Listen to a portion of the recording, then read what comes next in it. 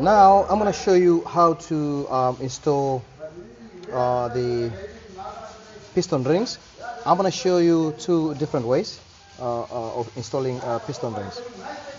As you can see, I have two pistons marked here. I'm going to make it as easy as possible right now.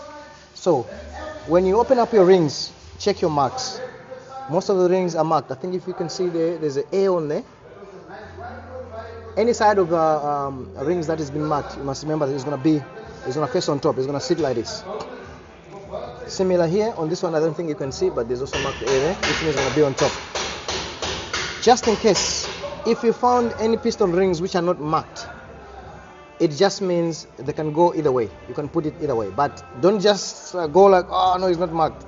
You must really check, because most of the time you cannot see the marks. So these piston rings needs to sit facing up wherever there's a mark on it. Where they put A or they say top or any letter they put on there, it shows that they must be on top.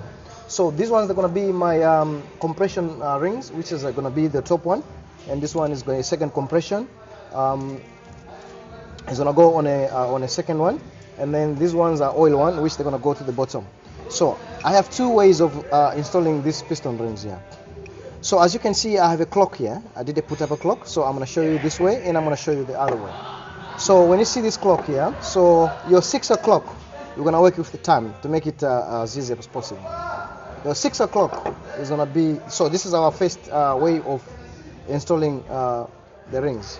And this expansion ring is going to go to 6 o'clock right there. Just make sure it doesn't go on top of each other. It must be exactly, they must touch. So that's on 6 o'clock. Now, on these wipers, some they call it wipers, they call them a lot of names. So one of this one needs to go to the bottom. The one that goes to the bottom is going to our 10 o'clock. So we're going to see our 10 o'clock is here. Put them under there and slide them in to the bottom. And then we're going to also fit the top one, which is going to 2 o'clock. So you look at 2 right there.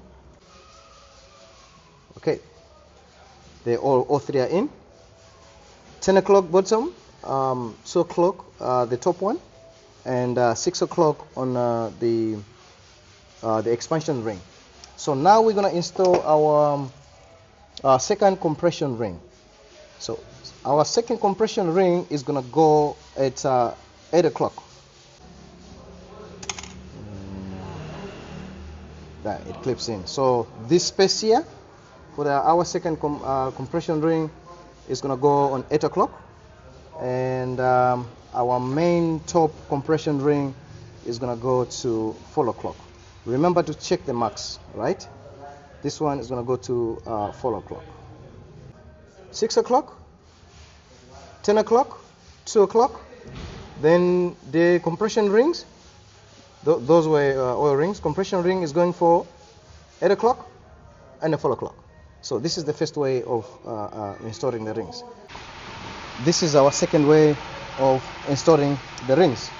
So we have still 10 o'clock, 2 o'clock, 8 o'clock and 4 o'clock. So our first ring, which is our oil ring, is gonna go to the 2 o'clock. This time around you see the difference over there. So we go with our oil ring to 2 o'clock right there. The bottom one is gonna go to 10 o'clock.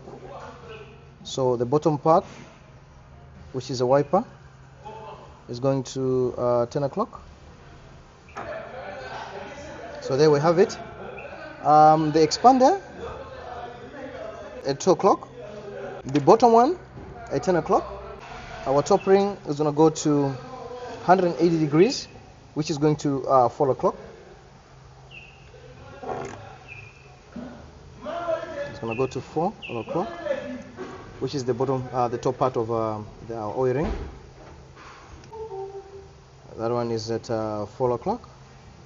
In case you jump at the wrong place, you can always adjust. Just hold others tight, and then you just adjust it to the right position.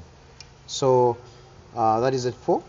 Remember, the oil ring at 2 o'clock, the bottom wiper at 10 o'clock, and the top wiper at 4 o'clock.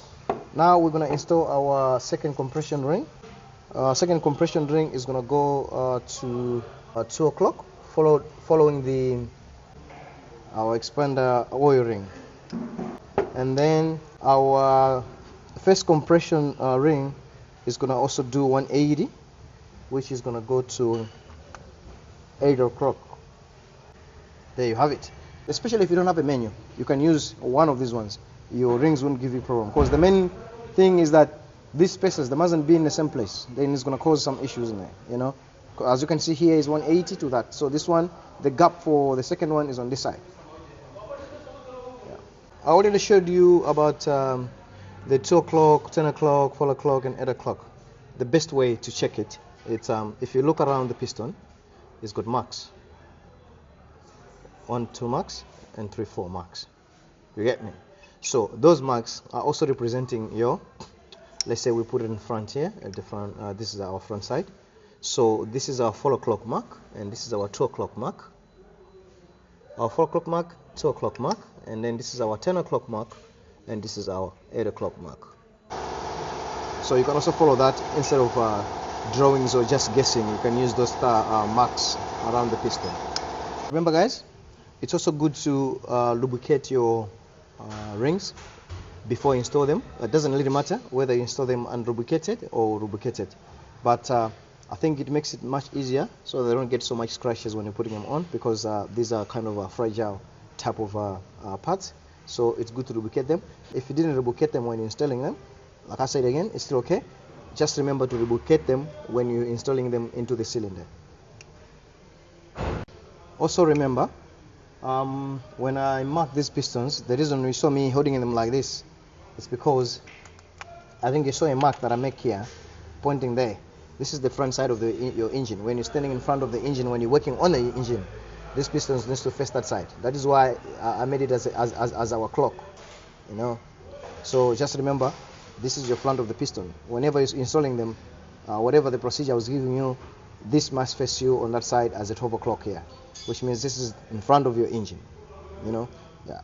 So when you're facing on the engine, if you're facing this side of the engine, when you're working on the engine, the pistons are looking at you. But now when you're installing them, you're looking through on the piston, which means this side is the front part, which is our turbo clock. So just make sure that wherever you see this dot here, this mark on the piston, that is the front side of the piston. And the grooves, they're always going to be on the front side. I hope you enjoyed the video. Don't forget to like and subscribe. Don't forget to check your marks when you're installing it. Make sure the marks are facing upwards. Don't install it in the wrong way. You have a good one. Bye.